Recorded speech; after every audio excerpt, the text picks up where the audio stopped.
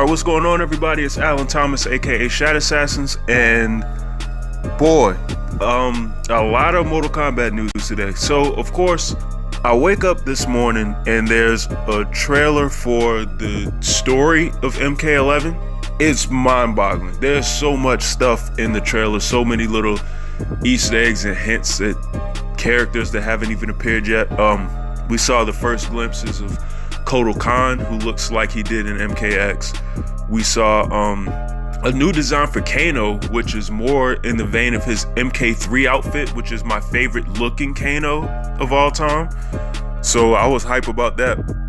Then we get Aaron Black back, and the photos that were leaked of Aaron Black that I saw earlier, some of them that I saw, he doesn't look the same way that he did in those photos. So I appreciate that. He almost looks more like he did in MKX with the bandana and hair. Like some photos I saw of Aaron Black, he almost looked bald. I'm not sure if that was just the picture quality or what, but he didn't seem like he had hair, and he didn't have like the bandana around his face. So I don't know what was up with that, but I love Aaron Black's look. It's updated, but it doesn't look exactly like he did from the last game, but I like it. Shao Kahn, I guess, is a part of the story in the new game, and I guess he has a new character design as well. Like, this is the new Shao Kahn look. I'm not even sure how I feel about that. Like, I think it's awesome, but I would love an explanation as to why he looks so different. Or, well, then again, as I've said before, time travel, so designs and stuff is gonna look different anyways. With all the story stuff and going back in time and all that other craziness, it's a lot of little costume changes and stuff are gonna be there over time. So that's that.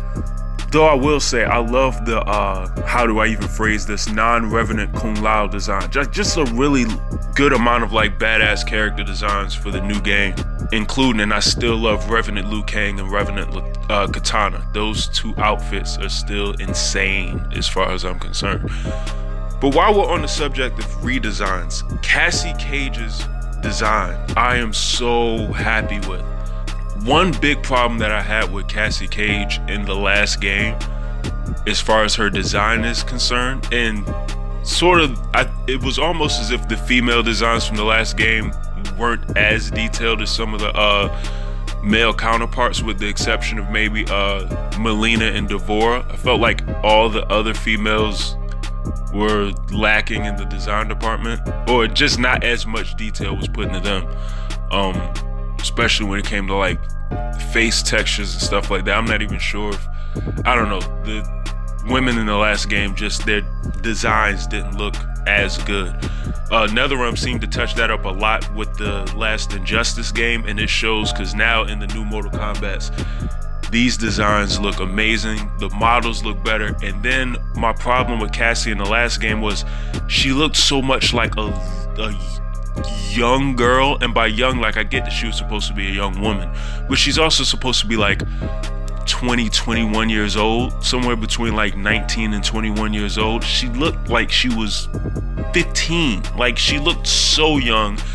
It was odd to me. Whereas now Cassie looks truly like a young woman that should be out there like fighting, shooting people in the face, etc., etc. Which some of these attacks, like her fatality, kicking Kano in the balls to the point that his skeleton blew out of the top of his body, is just, it's awesome, but it's so gross. And then the other fatality that I saw somebody post on Instagram, which was the heart, where she blows a hole. How does she do it? Either she blows a hole in someone's chest, or she, like, I think that is it. Either she kicks a hole in their chest or blows a hole with a gun in their chest. And then she just like reaches through the sides of their body to where the hole is in their stomach, and then she makes like a heart shape and blows a kiss in it, which oh my god, it's just the creativity, yet also the sickness of these fatalities is insane. And then all of Kano's stuff is crushing blows are just brutal. Off the top of my head, I can't even remember right now what Kano's actual fatality was, and I'm trying to think. It just escapes me right now. I also love the fact that they touched on Johnny Cage's Take 3 fatality, and they said that his second fatality is actually just as funny as the first one. I could only imagine what that's supposed to be like. But aside from that though, man, I just can't, like, for somebody that actually loves like doing character designs and costume designs and stuff, like all the just ridiculousness that I come up with for like my comics and stuff, looking at these character designs for MK11 in comparison to the traditional looks of these characters in the previous Mortal Kombat games, NetherRealm has stepped it up so much. I don't know what is with Johnny Cage's outfit that was shown in the story trailer, and I think it was in the last Combat Cast, with the shiny blue jacket and the shades. It's so amazing. Like, it's so Johnny Cage. That, and then like I said, Kano's redesigns, that the way that they did that MK3 outfit is so cool. We got a glimpse of Hanzo Hasashi in the story trailer. So it was like Scorpion, I guess this is probably MK2, MK3 Scorpion, was running, fighting Hanzo Hasashi. So it's essentially Scorpion fighting himself.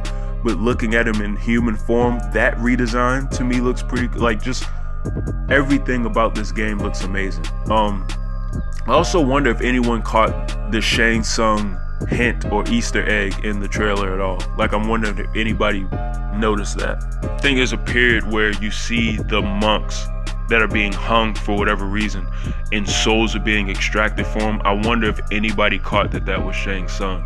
And I'm not even buying that was another character or any other sorcerer. It's specifically green souls are being taken from the monks. And only 2 characters I know of that deal with souls that way is Shang Tsung and Ermac. And I have a feeling that this is indeed Shang Tsung. So I can't wait to see what that's about. Like, I really can't wait for the game.